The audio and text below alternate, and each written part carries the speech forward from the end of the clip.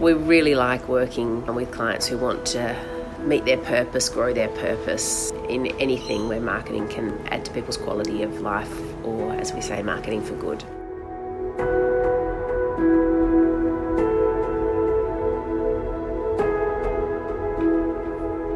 Well, hi, and welcome to the podcast. It's great to see everyone, and we're delighted to welcome Jill and Amanda from Corban Blair. Before we start, I wanted to acknowledge that we're on Gadigal land and also acknowledge the various lands on which we're gathering today, and extend my respects to elders past and present. Welcome to Gillian Corban and Amanda Blair, co-founders and owners of Corban Blair. Corban Blair is a female-owned and operated Australian designer business and specialises in beautiful made-to-order marketing products. They're branded, often made in collaboration with other talented artists, and reflect Australian stories and culture. I don't want to say too much and steal too much of your thunder, but I will make mention that you started the business in 1988, opening a niche stationery business, offering handmade journals and albums. And as the market's changed, you've evolved as well. And we're looking forward to hearing more about that. One of the many things that makes Corban Blair so special is that the business pursues both profit and purpose. And over the past 10 years, Jill, Amanda and myself have been both colleagues and friends, combining professional and personal shared interests and experiences, including travelling across India together. It's my absolute pleasure to introduce Gillian Corban, welcome, and Amanda Blair, welcome. So to start with, tell us a little bit about your business and the focus of your work. Well, we're product designers, so we'll design almost anything anyone wants, to be quite honest. But we come from a perspective of the environment, working with others, collaboration, just the sort of principles that products are useful and relevant and have a story, which at the moment is incredibly important. People want to know the materials, where it's from, who made it, all of those things, which is really important, particularly for large companies, and just ordinary customers want to know where their products are coming from. Yeah. Thank you. And you've evolved along the way from where you started. So perhaps you could tell us a little about your journey. Yeah, you're right. That over the last 30 plus years, the whole landscape of retail and also corporate has changed.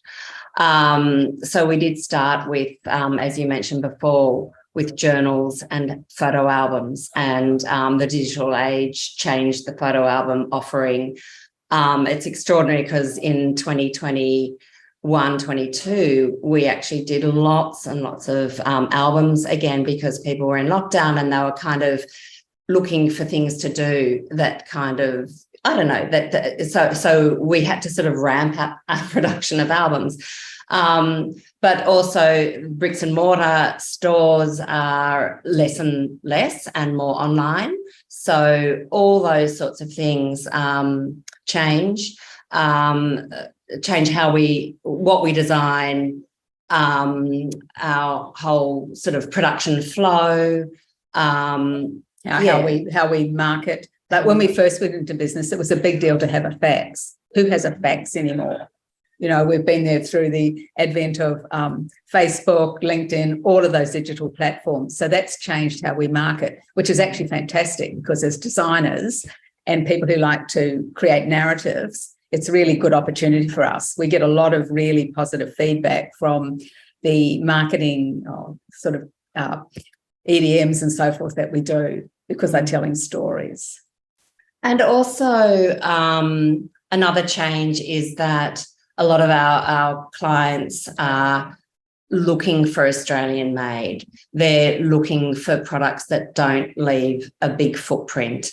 They're looking for products that actually have more meaning rather than just grabbing a cap or a mug and slapping a logo on it. They're looking for things that actually resonate more with their brand and their what they're about. something that, you know, that tells their story, if you like, and that obviously gives more meaning. There's a difference between giving something that's made out of recycled material, made here in collaboration with the story, than just a piece of plasticky sort of thing that might be pretty. There's a real difference, and that's what people are looking for. Or that people might have a lot of, you know, like another mug or another cap or another squeeze ball if they still do them. Yeah. It's so interesting to hear that. I know it's also important from the point of view of your suppliers and the artist partners that you work with, not just artists, the various different partners that you work with. So how does that kind of fit in, the relationships there? How do they fit into the stories that you create? Well, with Amanda and I both probably very good at developing relationships and retaining relationships, and then engaging with people together. So with the people that we collaborate with, we do that in partnership. They help us, we help them. In fact, we've just had one of our suppliers here looking at a whole new range that may be making kangaroo leather, and he had all these ideas. And then one of the designers also thought, well, maybe we could do a brand with him or a collaboration, a special thing with him. So we're kind of open to doing new things. Oh, that's a dog in the background, by the way. That sort of thing, yeah. That's so interesting. And I'll just apologise for our background noise too, because we're also in an open plan office. Yeah, it's so interesting that you're flexible enough that you can, and also I suppose that you see the opportunities to take new ideas on board and incorporate them in the future offerings. Carolyn, you would know the store Hunt Leather, which is based, one of their stores is in Balmain, but they've got stores in Queensland and Melbourne and wherever. But we did a collaboration with them, which was actually kind of during the last couple of years when there were lockdowns, and then, you know, shops were allowed to open, you had to wear masks and blah, blah, blah. They wanted to have an interactive thing. So we did this workshop with them, which was a make your own genuine leather journal. And so a lot of our clients are really interested in doing something a little bit different, you know, designing something that they haven't had before that kind of is a fun experience. And from that, which was really fun, we had kind of no idea what we were doing, but it was loads of fun and it actually worked. And then, you know, we could monogram their journal at the end of it, and they had this beautiful thing to take away, but that they made, you know. But from that, we have designed a whole range, which is a Hunt and Corban and Blair collaboration, and it's really successful. Yeah, it's really. I was just going to say, I think that's a great example. Yeah. Sorry, Jill, go on. Yeah, well, no, COVID was really a very interesting interrupter, because we sort of looked at what we were doing and thought, we used to make things in Australia. Why aren't we making them in Australia? No, how can we make them now? So we redesigned what we offering. We found a supplier. Amanda found a recycled leather supplier that we bring in from Europe, and we've really transformed our business. It's made a huge difference. And actually, that's quite interesting, because when we first started back in 1988, we absolutely made everything here, everything. For the recycled paper, we did have to import that from America. That was the only place that was making recycled paper back then. But then that changed. And then when other companies came into our market space, they started making offshore. And so then for us to be competitive, we also had to make offshore. So we still worked with, you know, our collaborations like Thomas Avery, an Indigenous designer that we work with, but we had that fabric printed in China, and then that was used as the linings for our products that were made in China. So, and then from COVID, it's just like things were difficult to produce in China. They had so many lockdowns and, you know, and shutdown of production, that then everything sort of came back. We still make over there, but it's kind of really important to us to really nurture and develop that side of the business again. Yeah, and that's what's so interesting over all these years. As what really changed was when the China factory really opened up and consumerism really took off. and which is probably not a good thing when you look back on it. But so we had to adapt to that. And so really we have always adapted. We keep an open mind. We try not to get too siloed because we're only a small team. We subcontract and use collaborators and so forth. But to keep sort of open-minded is really quite a challenge for small creative companies, which you probably know it's probably the same in your company, that you have to keep looking out, not, keep away from the groupthink. Yeah, I think that's a good point. And if I look back to what we were doing as a business 15 years ago, it was totally different. And I think those businesses that have survived have had to adapt. And also back then we used to do these, I don't know, maybe 5 and 10 year business plans. We just can't do that these days.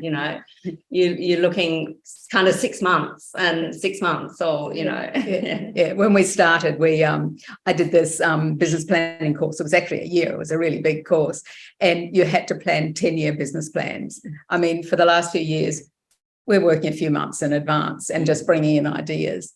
But I think something that you said there, Carolyn, like being in business for 15 years and the same thing is kind of when you're in a business like this, it changes all the time. So it's almost like you're getting new jobs all the time, or you're getting a promotion, or you're having to learn something different. It's a sort of way I've looked back and thought, well, how have we sort of managed to stay fresh or passionate or whatever? And it's because you have to keep adapting. It isn't the same job we had 10 years ago or 20 years ago or 30 years ago. Yeah. That's what keeps it interesting. Yeah. So that sort of leads me on to my next question, I suppose. One of the things that we're really interested in this podcast is the intersection between purpose and commerciality. So perhaps we can start by asking you what you feel your purpose is as a business. Well, I guess it's about being creative, working with creative people, making products that help people learn. Like a lot of our products, they all have stories and they all have explain where the materials are, and even how we send things out in recycled boxes. And I know, Carolyn, you provide some of these for us, but we collect boxes all over the place.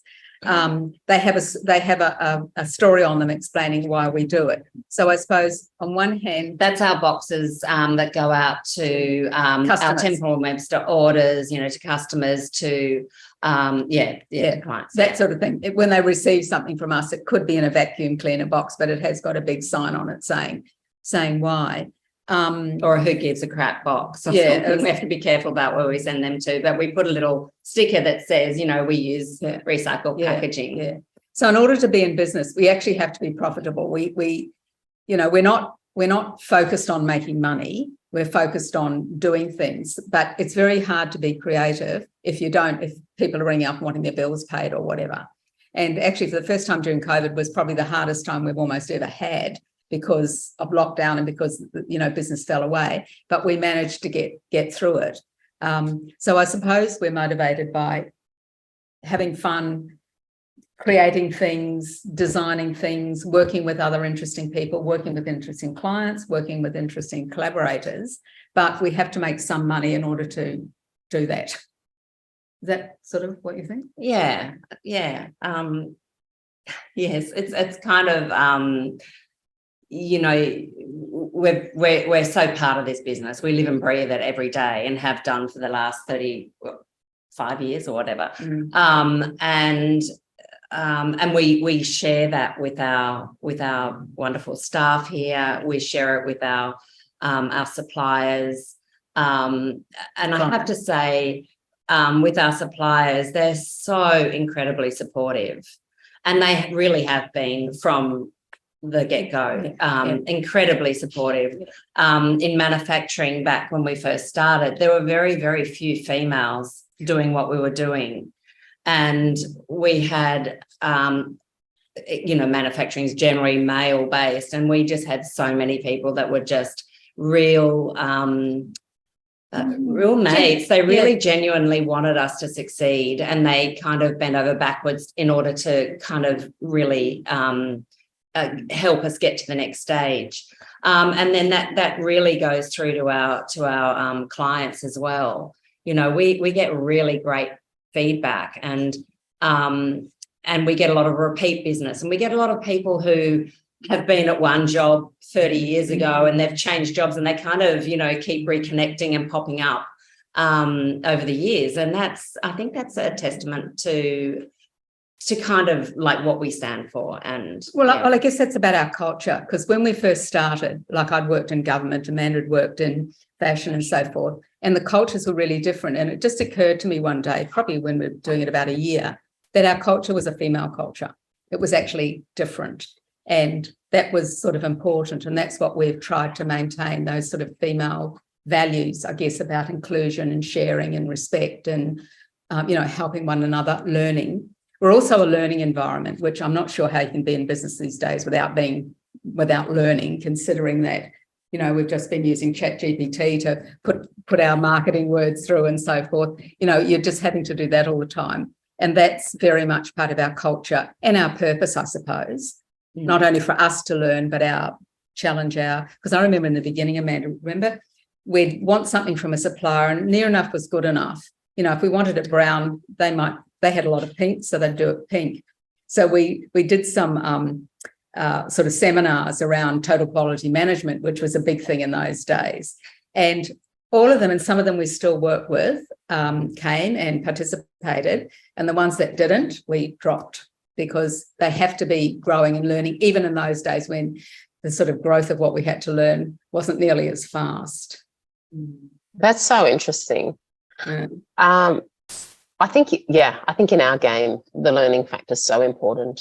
Yeah. The other thing I think about when I think about your business, you can correct me if I'm wrong, but I think about community as well. And, the communities you've built in every aspect of your business, client, suppliers, and so on. Yeah. And I think that's a kind of a female thing, or it's part of our, Amanda and I are related. So we run it a bit like a family-ish, sort of. Yeah. Ish. And we treat our staff, we care about them, we want the best for them, that sort of thing. Yeah. But also, just speaking of community, our local little community here in Lewisham, we've got this old lady who lives across the road. She'd be into her 80s. She collects newspapers for us and she delivers them to our door. And there's another woman who she collects newspapers as well, but she puts all the entertainment or crosswords and, lifestyle things on top, because she thinks we might like to read those first before we recycle them. And there's another guy that drops boxes in, so it's kind of like we've got the community here. They've got jobs to do, and they kind of like that sense of purpose as well. They feel like they're contributing. Yeah. And that's been really important, because it's really nice to feel part of it. We also have a window next door that we have a window gallery in, where we exhibit the work of local artists and sell it for them. And we did that particularly during COVID, when, it was very hard for them. At the moment, because it's B Corp month, we've got big information about B Corp. And also, Carolyn, prompted by you, we did a whole environment one about why it was important to look after the environment and the sort of things we did and the sort of things we thought other people should do. So we use that as another community thing, which, because we're by a railway, we've got a captive audience. Yeah. They have to go down into the railway so they can see, we can put out messaging to them. Yeah. Sorry, just where are you guys located in Sydney? We're in Lewisham. West. Okay, cool. Right beside Lewisham Railway Station. You go down past us down into the station. It's the station in between Petersham and Summerhill. Okay. Be good for our listeners to know, so they can go visit your window. Exactly. Yeah. That's a great example of using, really thinking about what you have. As marketers, we love that sort of idea of using what you've got and putting it to good use. And it was fantastic to know about the environment themed window, but also great to hear that you promote local artists as well. And we'll come back to B Corp in a minute, because we're really interested in your journey on B Corp. But I suppose I just wanted to ask you about whether you use your purpose and your values in how you communicate to clients or staff or other stakeholders. How important is that, the role of purpose? It's absolutely, that's critical. That's what actually holds it together. If we didn't do that, we wouldn't be who we are. I mean, it's that important, isn't it? Yeah. And it's consistent. It has to be consistent. It has to be genuine. And it has to be authentic. Otherwise, it doesn't work. And have you had any situations where that's been it's led to challenges or led you to really think about, is this the right thing? Or has it always sort of just helped guide you? I think it's always helped guide us. Yeah, and I think, there's a lot of promotional product companies out there that just do so much crap. And you just think this is all landfill. Like it's really heartbreaking to see that that people buy a lot of this stuff and that they think it's, it's cheap and cheerful, sort of, I guess. But we don't necessarily do that end and never have, because we've never really seen the value in that long term. We've actually got you can't see it, but we've got a frame on the wall with our principles in it, which are what we established when we started. And we actually haven't moved from that in terms of the environment, about design, about manufacture. We haven't, it's guided us. We haven't changed. Yeah, that's great. We're lucky that we've been able to actually, because sometimes it can be hard. But then we're only a small business, so we have lots of challenges of shareholders and big profits, all of that sort of thing, bottom line stuff. Yeah, but it's interesting to think that you talked earlier about how much you've adapted and how much you've changed, and yet those principles have remained very strong and sort of almost like your sturdy spine, for want of a better word. Yeah, well, and there are challenges. Really? I mean, there are many challenges, but there's one that's about to come up, in that Australia actually has stopped producing a 100% recycled paper, or they've stopped producing paper. I just heard something virgin and recycled. I heard something on the news yesterday that they're looking at sending something up in New South Wales. Which could be good. But that poses a huge challenge to us, because that's one of the things that we've really tried to hone in on, to just bringing everything back to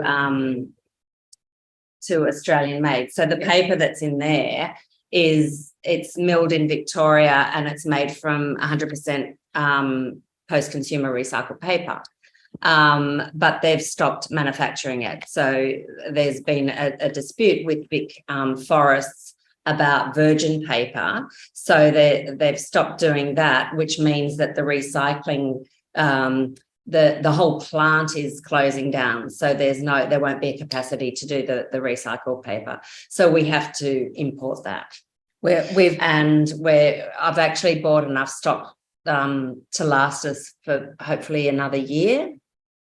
But it's kind of expensive to do that. And it's also, our wire binder is storing the pallets of paper for us very kindly, because so Carolyn, we don't have room. That's an example of, looking ahead and trying to maintain what we're trying to do when things get difficult.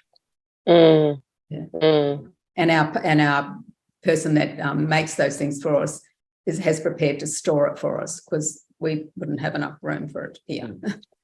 Which comes back to community and relationships. Yeah, exactly. We've been working with him for a good 30 years. So but so there are challenges like that which kind of really rock your set of values, and you've got to try and maintain. You're always trying to look for solutions to kind of maintain and keep going forward. And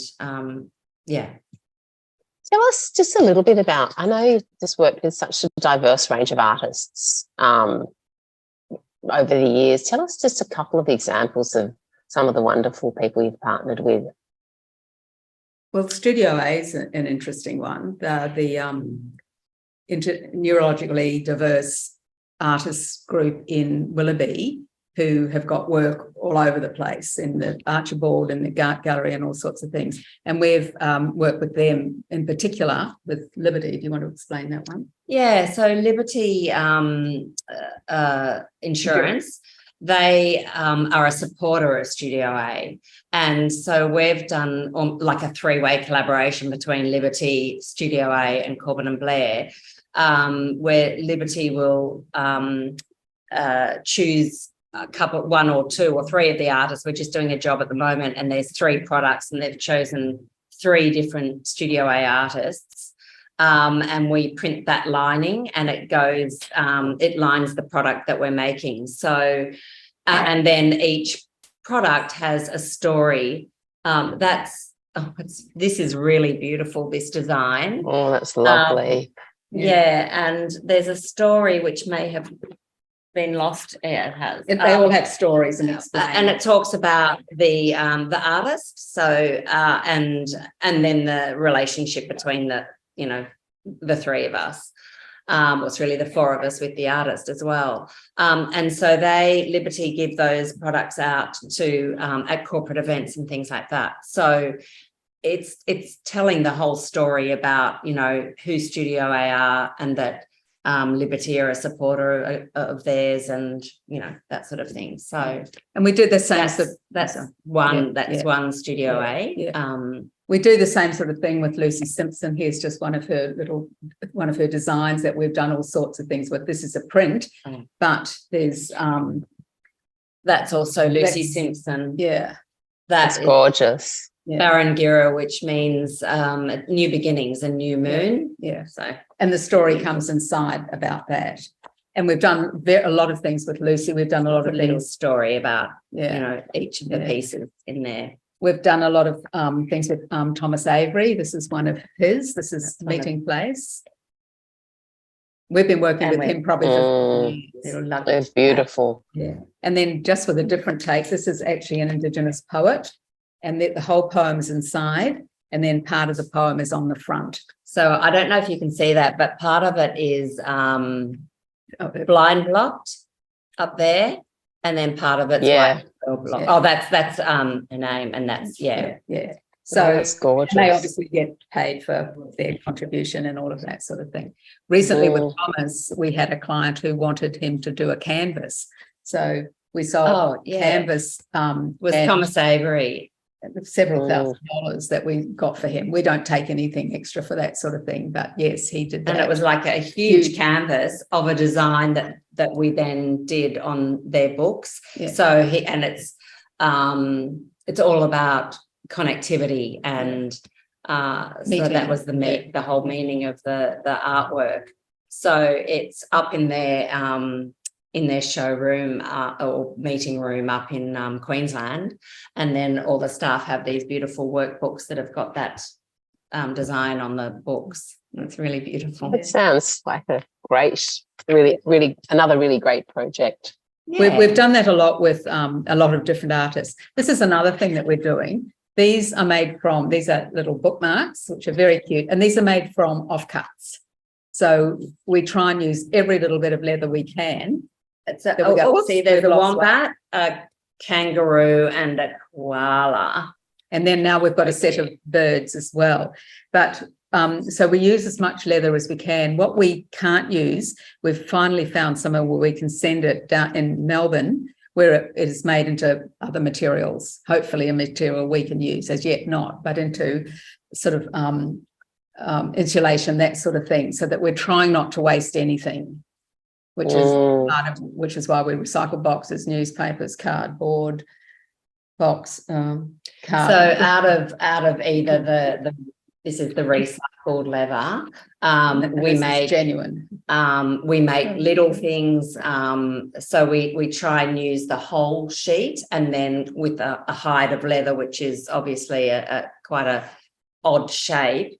We'll cut bigger things, and then all those little things like the bookmarks and key rings and, lots of little things. So we try and use as much as we can, and then it goes down to Melbourne for that final stage of what we can't do anything else with it. What we do with packaging is interesting too. See, this is a very simple packaging, but it's an attractive packaging and it tells the story, but it's only really a piece of paper that can be recycled, which is better than just seeing that by itself or being in a plastic bag or something. We really do a lot of this sort of this type of packaging, like we've got on that one you've got there. Yeah. That's so interesting. And the perfect segue for just our final minute, I suppose, because I wonder, have some of these initiatives and things that you've introduced been as a result of you having the wonderful achievement of having B Corp status? Not really, because like for us getting B Corp status, which I have to say was really hard, and we did it during COVID when sales were going up and down, everything was going up and down. It feels like a vindication of what we've been doing for the last 35 years, doesn't it? I mean, we haven't changed anything. We're getting better at it. What we found hard was we do all of this. It's intrinsic. It's part of our DNA. But in order to get certification, you've actually got to have all sorts of evidence and graphs and diagrams and all sorts of things. And go right back through the history, which Jill did. Which was, I've learned a lot doing that. I even had to get someone to help me. A lot of the language I couldn't even understand. It's not the sort of language we use. And also it's quite different if you're a services business. Yeah. I imagine it would be so much easier. But because we manufacture, so we've got a lot of arms and legs out there, and we do manufacture in China and we do manufacture in New Zealand and we here, you know, so there's a lot of different materials, it's just a lot of extra hoops to go through. Yeah. So if anyone's wanting to do it when you're quite young. It makes it easier, and think about it, and also read very carefully and get some advice when your business is quite young. When your business is quite young. You could probably might need to be wonderful because it might take a few years. Because it is quite hard, but it was particularly difficult because we're wholesalers, retailers, we sell online. We just have we're a bit niche, and it made it a bit harder. We never fit into any box. Yeah. Well, congratulations, and I think part of the wonderful charm and specialness of your business is that you don't fit into any boxes, and that you are unique, and you've made your own road, and it's been so successful, and I applaud everything that you've achieved. And thank you so much for sharing your story and some of the amazing products that you've created today. It was great. Thank you. Thank you, everybody. Yeah. We really like working with clients who want to meet their purpose, grow their purpose in anything where marketing can add to people's quality of life, or, as we say, marketing for good.